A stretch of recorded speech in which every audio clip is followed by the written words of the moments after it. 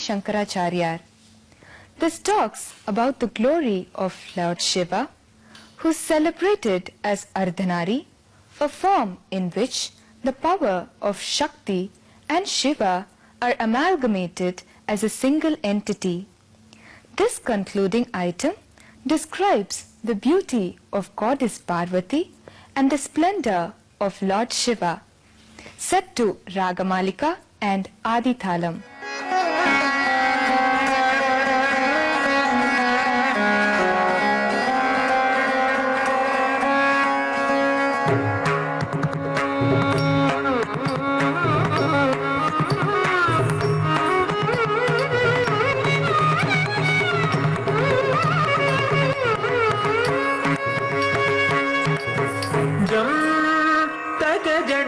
तां तकिटदी